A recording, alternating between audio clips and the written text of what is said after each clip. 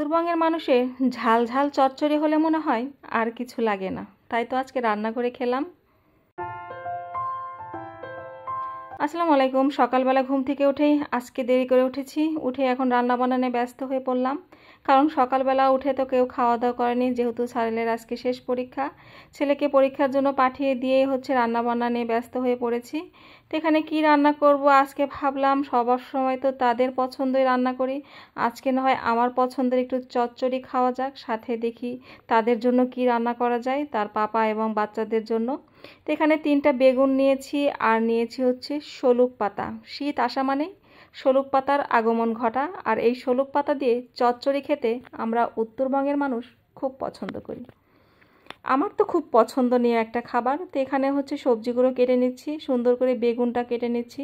আমার চাচি এইভাবে রান্না করতো, গচই মাছ দিয়ে, বেশি করে বেগুন দিয়ে, একটা আলু দিয়ে, শলুক পাতা দিয়ে নরম নরম করে ঝাল ঝাল করে একটা চচ্চড়ি।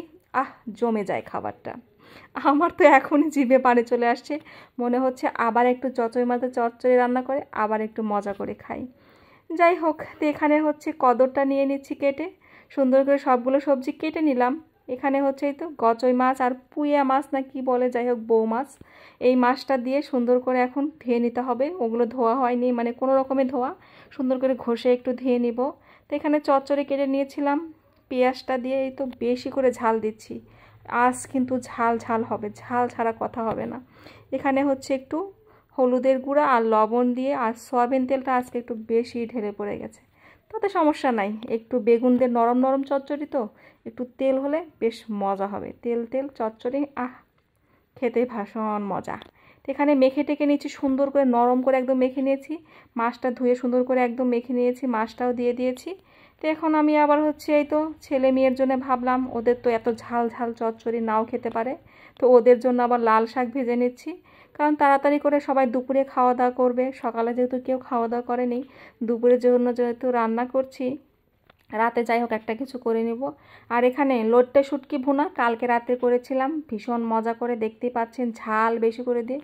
একটুখানি আছে, কেউ না খেলে আমি খেয়ে নেব, সমস্যা নাই। তো এখানে রান্না বান্না শেষ, তাড়াতাড়ি করে মেয়েকে খাওয়াই দিতে হবে, কারণ অনেক বেজে গেছে। মেয়ের আবার ওষুধ আছে, ওষুধের টাইমটাও পার হয়ে গেছে আজকে। তাই তো এখানে সুন্দর করে ভাত নিয়ে নিলাম, আর ভাবলাম যে মেয়েকে কী দিই, একটু শাক ভাজি নিলাম, আর নিলাম একটু সাথে চচ্চড়ি। মাঝে মধ্যে আমরা যা খাই ওকে সেটা খাওয়ানোর ট্রাই করি। বাড়তি কিছু রান্না করার খুব কমই চেষ্টা করি, যাতে ও খাওয়া শেখে। মানে সব পরিস্থিতিতে সব কিছুতেই মানানসই হওয়া উচিত আসলে মেয়েদের।